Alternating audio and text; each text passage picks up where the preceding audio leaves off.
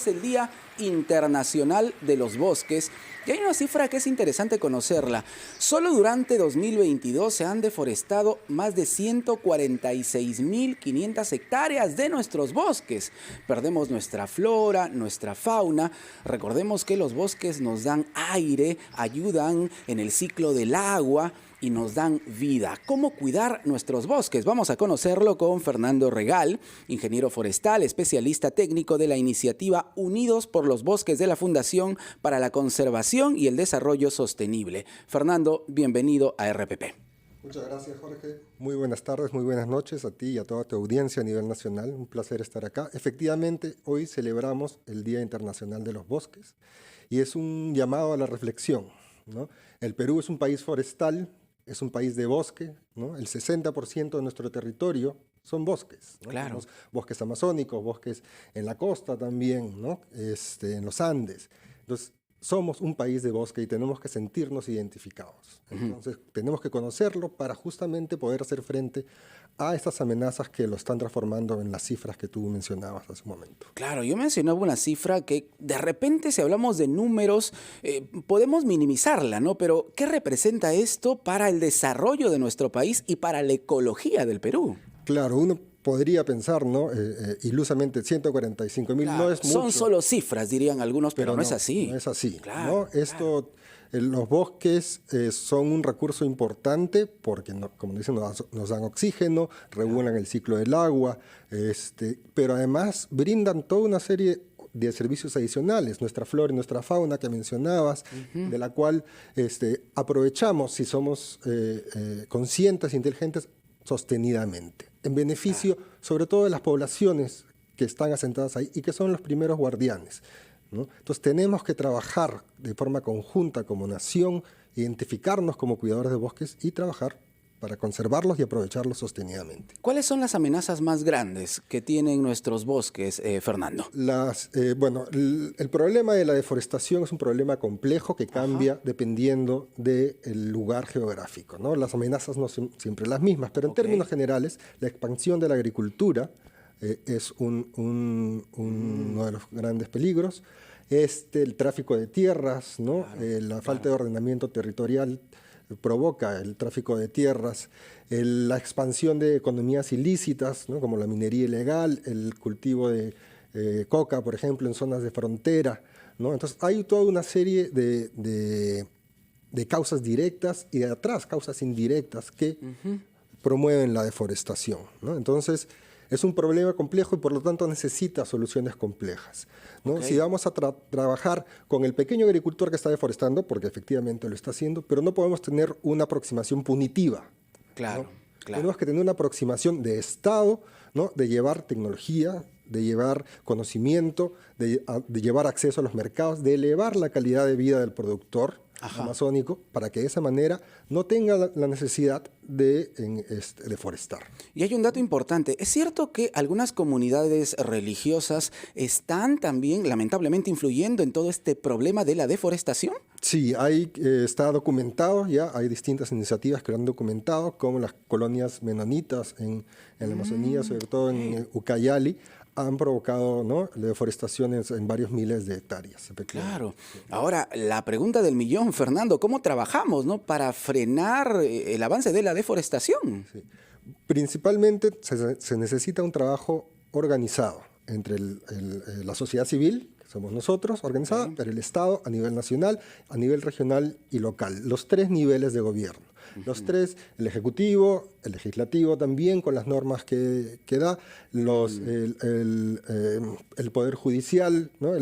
También en la defensa pues, del derecho ambiental, de los defensores ambientales. Claro. ¿no? Entonces tenemos que organizar toda nuestra estructura para poder llevar a cabo un desarrollo en nuestro país, un desarrollo amazónico, pero sin deforestación. Nosotros hicimos una encuesta junto con el Instituto de Estudios Peruanos y ahí La respuesta fue que la mayoría de los peruanos estaban de acuerdo en que el desarrollo en la Amazonía no podía ir de la mano con la deforestación. Eso es importante. Entonces, es un compromiso Claro. que tenemos como nación. Ahora, ¿cómo encontramos ese equilibrio? Porque definitivamente la agricultura también se está desarrollando. Hay familias que viven, que se sostienen con la pequeña o mediana agricultura, pero ¿cómo encontrar ese equilibrio entre, obviamente, el desarrollo que deben alcanzar esas familias y el cuidado de nuestras áreas verdes, de nuestros bosques? Sí, tiene que haber una presencia del Estado.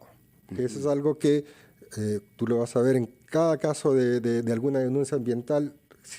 Generalmente siempre está, lamentablemente, ¿no?, la ausencia del Estado. Entonces, el Estado tiene que llegar al poblador. Tiene que llegar para brindarle soluciones jurídicas sobre la posesión de la tierra, ya sea a través de titulación o a través de otros mecanismos en aquellos espacios donde no es posible la titulación que existe, como por ejemplo una estrategia muy interesante que ya se utiliza en San Martín, que ha promovido el CERFOR, Sí. es los contratos de cesión en uso agroforestales, ¿no? Ajá. ¿En qué consisten estos contratos? Estos contratos lo que se hace un acuerdo entre el posesionario que está en la tierra, Ok.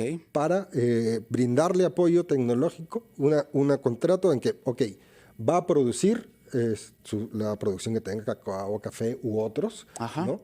Pero se compromete a no seguir deforestando. Ah, ok. Pero con un contrato va de la mano con el Estado, con el gobierno regional en este caso. Entonces no está solo. Si el productor está acompañado, si acompañamos al productor, si le damos soluciones, ellos van a proteger el bosque. Y ahora es importante también la participación, obviamente, de las autoridades locales y regionales. No hablamos de alcaldes, de gobernadores regionales, que no pueden tampoco hacerse de la vista gorda frente a una problemática que es de todos los peruanos, la deforestación de nuestros bosques. Así es, por eso mencionaba, ¿no?, que la respuesta no puede ser, desde acá no vamos a solucionar el problema de la deforestación. Las autoridades locales son las que más conocen Exactamente. lo que está pasando en su entorno. Conocen la realidad de su pueblo, y yo Claro. conozco que hay muchos que están comprometidos, pero o no tienen las capacidades o no tienen los recursos. Entonces, tiene que haber toda una reingeniería del Estado de cómo manejamos los recursos humanos, los recursos financieros, para darle también a esas autoridades locales las herramientas que necesitan para promover el desarrollo de sus pueblos, pero de la mano de la conservación. Fernando, y usted ha mencionado un detalle bastante importante, habló del Poder Judicial, ¿no? También el Ministerio Público podríamos incluir en este trabajo articulado la misma policía, porque si hablamos de economías ilegales, estamos hablando de un problema bastante delicado que se presenta especialmente en estas zonas alejadas de sectores urbanos. Sí, por supuesto, ¿no? Ya nosotros también como fundación hacemos un trabajo de análisis fronterizo, ¿no? Entonces ya hay algunos diagnósticos que nos dicen que efectivamente a lo largo de todas las fronteras de Perú, Colombia, Perú-Brasil, Perú-Ecuador, etcétera, etcétera, está en la presencia de grupos, ¿no?, de sindicatos de crimen organizado. Wow, ¿no? terrible, Entonces, terrible. que están promoviendo la minería ilegal, que están promoviendo el cultivo ilícito de coca para el narcotráfico. Entonces, frente a eso, tiene que haber una respuesta, pues, organizada, estructurada. Sí, del por Estado, supuesto. que incluye a la policía, a la fiscalía, al Ministerio Público, etcétera. Y vamos a retornar para seguir analizando este tema, nos acompaña. Y estamos conociendo cómo cuidar precisamente nuestras áreas verdes. Y hay un dato importante, una cifra que sirve para comparar cuánto estamos perdiendo de áreas verdes. Fernando, por favor, quiero que la compartas con nuestros oyentes y televidentes. ¿Cómo no, Jorge? Sí, cuando hablamos, ¿no?, de 145.000 hectáreas, de repente es difícil de conceptualizar, pero sí podemos pensar que todos los días, ¿no?, cada día que pasa, perdemos 8 veces la extensión del Estadio Nacional. ¡Wow! Todos los 8 días. veces la extensión del Estadio Nacional. Entonces, esa es la dimensión del problema que tenemos. Claro, qué terrible realmente, ¿ah? Ahora, en zonas urbanas unos podrían decir, por ejemplo, no, pero yo vivo en un edificio, no tengo bosques alrededor, no tengo áreas verdes. Sin embargo, si deforestamos nuestros bosques, ¿qué tenemos como consecuencia? Por ejemplo, el tema de las olas de calor, estas lluvias tan sorpresivas que hacen que las quebradas se desborden, en fin, las consecuencias, Fernando, las sufrimos todos. Sí, claro que sí, ¿no? El producto del cambio climático, ¿no? En el caso nuestro y de Brasil, la principal fuente de emisiones fue justamente la deforestación, ¿no? El cambio. Entonces, y no solamente eso, porque además el tener ecosistemas que están degradados cuando deforestamos, eso también ayuda a la proliferación de enfermedades, por ejemplo, ¿no? El dengue que pues hemos tenido ahora acá en Lima. Claro, Pero claro. las áreas verdes y los bosques urbanos, ¿no? Algo que tanto necesita Lima, no es una cuestión pues, de esparcimiento nada más, es una necesidad que tiene la población para mejorar su calidad de vida, ¿no? Y Lima está dentro de las ciudades con menor área verde por habitante. Si uno recorre Lima es bien complicado encontrar áreas verdes hoy en el 2024, ¿no? De repente puedo contar el Bosque El Olivar en San Isidro. Jesús María tiene también un área verde importante, pero allí prácticamente paramos de contar, Fernando, Sí, más allá de uno que otro parque. Exactamente, ¿no? Son más bien algunos parques aislados, ¿no? Tiene que haber una estrategia por parte de las municipalidades de la infraestructura, incorporar infraestructura verde, ¿no? Incorporar áreas verdes dentro del desarrollo urbano para poder hacer frente pues, a estos problemas como las olas de calor que hemos tenido ahora, por ejemplo. Definitivamente. Y ahora que se viene Semana Santa, por ejemplo, mucha gente va a salir a las áreas verdes, pero hay que hacer un llamado para que se cuiden realmente, porque no es conveniente, por ejemplo, dejar basura, estropear nuestras áreas verdes. Desde allí se empieza a cuidar a nuestra naturaleza. Exacto, ¿no? Como te mencionaba al principio, somos un país Exacto. de bosques, entonces tenemos que sentirnos identificados, ¿no? Tenemos que lograr que el pensar en los bosques sea pues como pensar en el ceviche, ¿no? Que es algo peruano. Los bosques también son algo peruano y tenemos que cuidarlos. Entonces, efectivamente, cuando salgamos de estas vacaciones y vayamos a la naturaleza, pues hay que cuidarla, ¿no? Si queremos que ella nos cuide, tenemos que cuidarla nosotros también a ella. ¿Y cómo está reaccionando la población? Me pongo a pensar de estas zonas en las que la deforestación ha avanzado muchísimo. Hablo de Madre de Dios, de Ucayali, de San Martín o de Loreto, ¿no? ¿Cómo están reaccionando las familias frente a este escenario que hasta el momento se nos pinta bastante preocupante? Claro, ahí el tema es que las familias ven su entorno cada vez más degradado. Claro. ¿No? Y eso quiere decir que entonces el agua al que consumen también está de peor calidad o contaminada con mercurio, que hay más desarrollo de enfermedades zoonóticas, ¿no? de vectores como el dengue u otras, fiebre amarilla, etcétera, porque los ecosistemas degradados, como el bosque, producto de la deforestación, ayudan a la proliferación de enfermedades. Entonces, de eso disminuye la calidad de vida del poblador que está en esos espacios, ¿no? Terrible realmente. Ahora, ¿qué mensaje para las autoridades? Yo reitero, autoridades locales que muchas veces brillan, pero por su inacción frente a una problemática bastante grande, ¿no? ¿Qué mensaje para ellos, las autoridades locales, regionales y para la misma población, especialmente de estas zonas tan afectadas por la deforestación? El mensaje es que, bueno, sí, pues tengan siempre presente a los bosques, que tengan contacto con la población. La población conoce el bosque, conoce la importancia, conoce los beneficios que obtiene. Entonces, las autoridades locales tienen que empezar por ahí, por conocer a su población, conocer sus necesidades, conocer las potencialidades que tienen para juntos encontrar la forma de lograr un desarrollo, una vida digna para todos, pero que al mismo tiempo eso conserve y proteja nuestros bosques. Y finalmente, el papel del Ministerio del Ambiente es fundamental también, definitivamente, Fernando, ¿eh?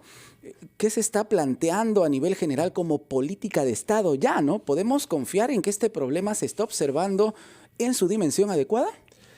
Lo primero que hace el Ministerio del Ambiente es justamente pues, hacer un monitoreo y encontrar las cifras y encontrar aquellos espacios que son los lugares donde está ocurriendo con mayor intensidad la deforestación. Y ahí el rol que tiene que tener es justamente de orientación, de brindar la información y el apoyo a los gobiernos regionales y locales, que son los que van a llevar finalmente a cabo las acciones que permitan contrarrestar las distintas causas que promueven la deforestación, ¿no? Entonces tiene que haber un acompañamiento constante por parte del Ministerio a las autoridades regionales y locales. Y en las zonas urbanas, se me ocurre Lima, Trujillo, Arequipa, ¿cómo podemos cuidar también nuestras áreas verdes, ¿no? ¿Qué mensaje para las familias de zonas urbanas, aquellas que viven en edificios, que no ven zonas verdes en sus alrededores, ¿no? ¿Cómo empezamos a cuidar nuestras áreas verdes desde casa? Bueno, ahí creo que nos toca pues exigirle a nuestras autoridades municipales, ¿no? Para eso los hemos elegido justamente, para que gestionen nuestros distritos, y eso incluye pues el desarrollo de infraestructura verde que permita elevar la calidad, porque eso es calidad de vida. Áreas verdes no es solamente el parquecito para jugar, no. Áreas verdes significan mejor calidad de vida, mejor oxígeno, mejor sombra, protección. Es calidad de vida para todos nosotros. Perfecto. Fernando, muchísimas gracias por tu aporte, por este diálogo con RPP. Gracias. Un placer por estar aquí contigo, Jorge. Muchas gracias. Gracias. Fernando Regal, ingeniero forestal, especialista técnico de la iniciativa Unidos por los Bosques de la Fundación para la Conservación y el Desarrollo Sostenible.